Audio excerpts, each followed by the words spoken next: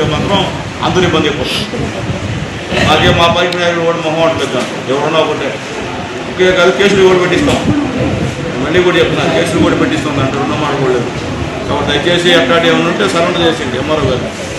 ఎవరున్నా సరే ఏ పార్టీ నాయకులు సరే అట్లా పెట్టుకోవాలంటే మాత్రం గౌరవంగా చెప్తున్నాం, ఎంఆర్ఓ గారు సరెండర్ చేసి రిక్వెస్ట్ చేస్తున్నాం. అలాగే సమస్యలు కూడా ఉన్నాయి, ఏమి జరిగినటువంటి పరిస్థితి లేదు. ఎండిఓ గారికి కూడా చెప్తున్నాం, ఈరోజు ఎన్ఆర్ఐఎస్ కింద ఏమొచ్చినా ఒక పని ఈ యొక్క గూడూరు మండలంలో జరిగినటువంటి పరిస్థితి లేదు. నేను చెప్పేది అంటే ప్రజాప్రతినిధులు ఎఫ్టీసీ కానీ ఎంపీపీలు కానీ ఎంపీటీసీలు కానీ గౌరవించాల్సిన బాధ్యత ఎండిఓ గారి మీద.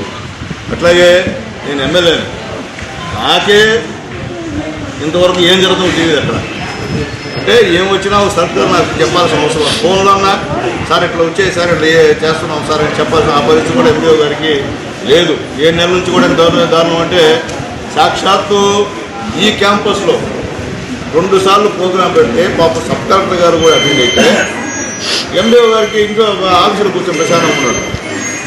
అంటే ఒక సబ్ కలెక్టర్ వచ్చి ఒక ఎమ్మెల్యే వచ్చి కూర్చున్నారని మాకు నాయకుల కన్నా ప్రజలతో బాగుండాలి. నేను చెప్పేది మరెన్నో వీడియోల కోసం మా ఛానల్ను సబ్స్క్రైబ్ చేసుకొని పక్కనే ఉన్న బెల్ ఐకాన్ని యాక్టివేట్ చేసుకోండి.